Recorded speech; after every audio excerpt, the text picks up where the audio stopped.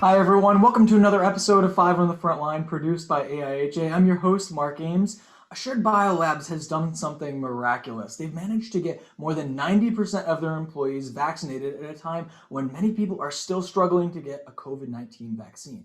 How did they do this, and how can you replicate their success? That's the subject of our show today. Our guests are Dr. Ed Sobek, the owner of Assured Biolabs, and Ryne Dlouhy, their Vice President of Business Development. Welcome to the show, guys. Hello, Mark. How are you doing?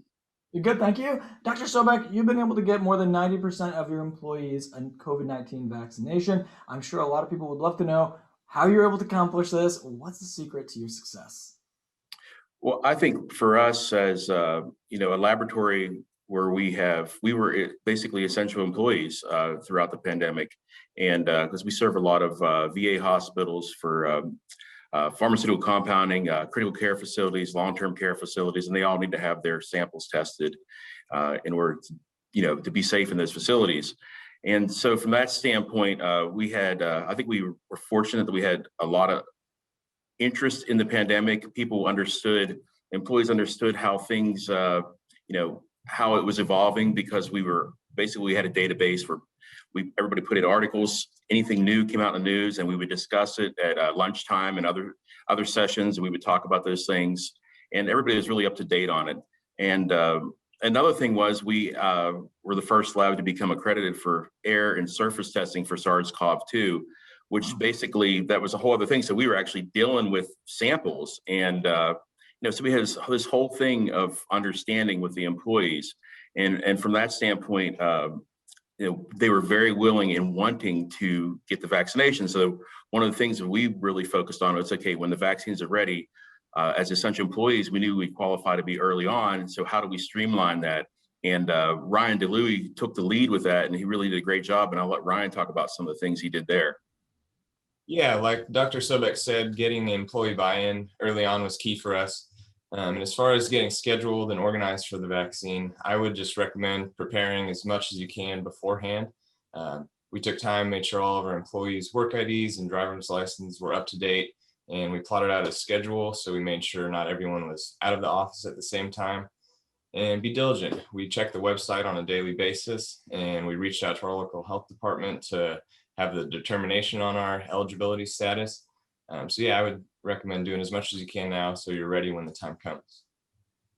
Having gone through this process and realizing this success, I wonder if you have any recommendations for county, state, or federal policymakers on how to streamline the vaccination process.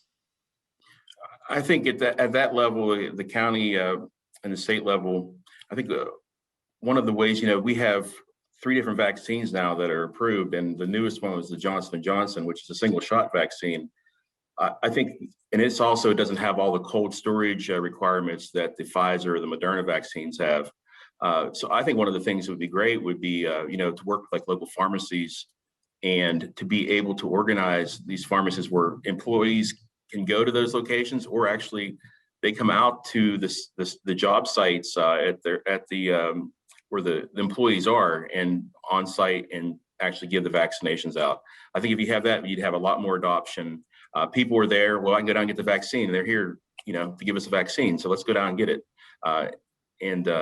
Again, with that J&J, I think that's a big deal because, single shot, a lot more people are going to be willing to get that.